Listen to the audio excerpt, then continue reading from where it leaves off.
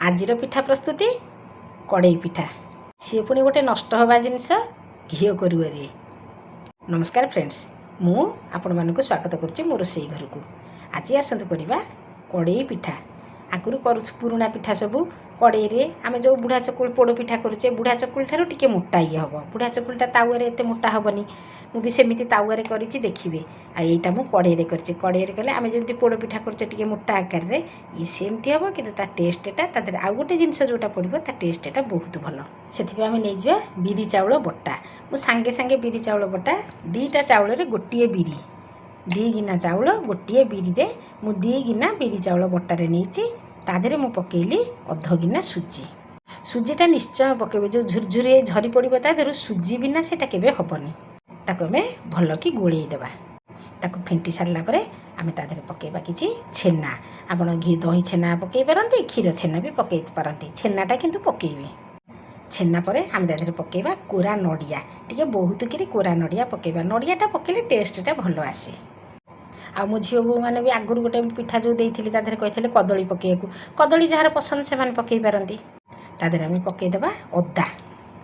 आ मिठाटा test हिसाब रे पकेबे, जेतिकी आपण मिठा खाइबे सेही हिसाब रे टेस्ट हिसाब रे पकेबे। तादेरे आमे पकेया टिके अधिका कि गोलमरिच गुंड, टिके पान मधुरी पकेबा। पान मधुरी पिठाटा बास्ना बहुत भल। तादेरे पकेबा लुण, आ पकेबा बास्ना पे टिके गुजराती।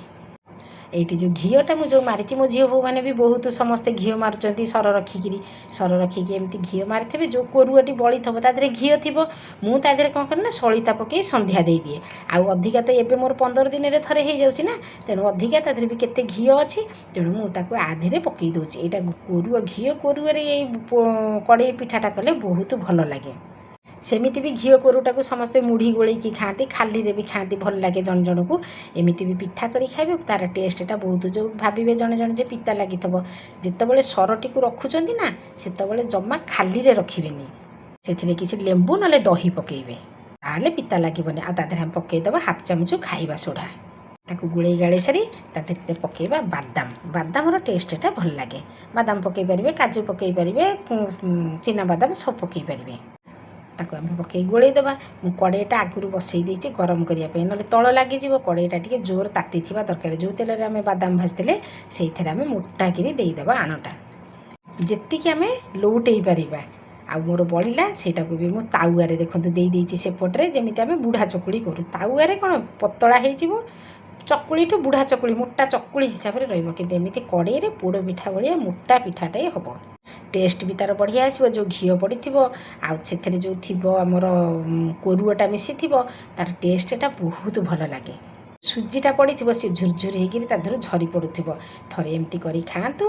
मत निश्चय आपंकर मतामत दिंतु।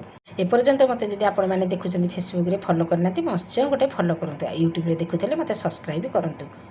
पिठाटा जमी गोटाए पट होमती सुखिला देखा ता ऊपर। आम एमती 2 पटे कड़ई को एमती धरिकी टिके आगू को पिठाटा को एमती नहीं जावा, नहीं ताकि नोटेदेवा। नोटेदे तलटा लगी न जो देखते केते सुंदर भाव में केते मोटा पिठाटे होती। यहाँ मो झील बो मैंने बिरी चाउल चकुली पिठा आणरे करेंगे। किसी तादेरे दरकार नहीं, तामझाम किसी नहीं, परिश्रम भी किसी नहीं। निश्चय एमती थे करूँ, घर लोक मानक दिंतु। आउ निजर मतामत मत निश्चय जनातु। आ जदि भावुवे ये जिनसटी भल होती निश्चय सांग मान पाक सेयार करेंगे। आने तुम मान सांगे भी मो झील बो मान सांग मैंने भी उपकृत हूँ। होगला केते सुंदर कड़ई पिठाटा। अध घंटाए समय भितर कड़ई पिठाटा हो। सब लो फ्लेम रे पिठाटी को रखिए, जमा फ्लेम बढ़ेबे नहीं। सबुबले आरंभ शेष जाए लो फ्लेम रे रखिथिबे। हाई फ्लेम रे देले कि हाई मीडियम रे देले पिठाटा पोड़ीजिव। तेणु सबुबले लो फ्लेम रे देबे। जिते बादाम भाजी सारी पर तेलटी गरम थी, तेल गैस को कमेबे, ताकू लो फ्लेम रे रखिकी पिठाटी को देबे। पूरा अध घंटाए केते सुंदर पिठाटा होइछि। मन को जाउछि ना, निश्चय मन को जीव। मो झील मैंने डेरी करछन्ती कहीं जातु चकुली पिठा आण जहाँ से करतु। आ लाइक टे मत निश्चय करेंगे। रही जय जगन्नाथ।